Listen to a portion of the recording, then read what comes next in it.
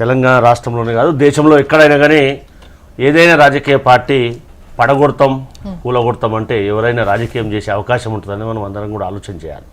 అందులో భాగంగానే సీనియర్ ఎమ్మెల్యేలు అయినటువంటి పోచారం శ్రీనివాసరెడ్డి గారు లాంటి వాళ్ళు కూడా తెలంగాణ రాష్ట్రంలో ప్రజల పట్ల ప్రజలకు ఉన్నటువంటి కన్సర్న్ పట్ల కాంగ్రెస్ పార్టీ చేస్తున్నటువంటి అభివృద్ధిని చూసి మేము రేవంత్ రెడ్డి గారి సారథ్యంలో కాంగ్రెస్ పార్టీలో చేరుతున్నటువంటి స్టేట్మెంట్ను మనం ఒకసారి ఆలోచన చేయాలి.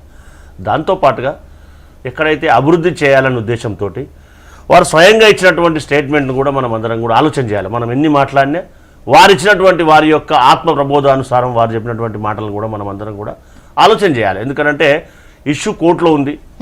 గౌరవ స్పీకర్ గారు కూడా కోర్టు నిర్దేశానుసారం ఏం చేయాలనేది వారు కూడా న్యాయ నిర్ణేతలతో నిర్ణయం తీసుకొని ఏం చేయాలనేది వారు నిర్ణయించవలసినటువంటి అంశం. ఒక రాజకీయ పార్టీగా ప్రభుత్వాన్ని కాపాడుకోవడానికి ప్రజల సంక్షేమ పథకాలను వారికి అందించడానికి ఏ రాజకీయ పార్టీ అయినా ప్రయత్నం చేస్తారు. అందులో కాంగ్రెస్ పార్టీ ఖచ్చితంగా ప్రజల పక్షాన ఉండడానికి ప్రయత్నం చేస్తుంది. కానీ గతంలో బీఆర్ఎస్ ఏం చేసిందో మనం అందరం కూడా ఆలోచన చేయాలి.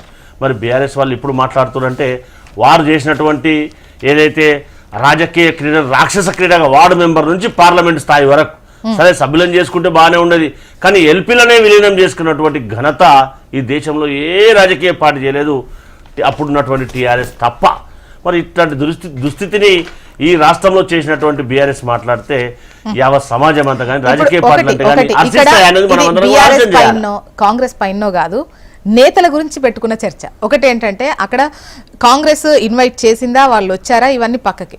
వాళ్ళు వచ్చారా రాలేదా, వచ్చిన తర్వాత కూడా ఇంకా బీఆర్ఎస్లోనే ఉన్నామని చెప్తున్నారా అనేది ఇక్కడ కాంగ్రెస్ను ఉద్దేశించో లేదంటే బీఆర్ఎస్కు సంబంధించో కాదు, పర్టికులర్గా నేతలకు సంబంధించిన క్వశ్చన్ ఇది.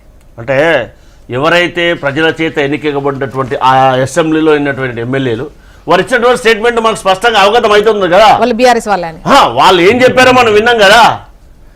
వాళ్ళు ఇచ్చినటువంటి ఆత్మ ప్రబోధానుసారంగా వారు చెప్పినటువంటి మాటలు మనం విన్న తర్వాత మళ్ళీ మనం మాట్లాడితే ఎంతవరకు కరెక్టో మనం అందరం కూడా ఆలోచన చేయాలి. ఎందుకనంటే ప్రజలు వారిని ఆశీర్వదించారు.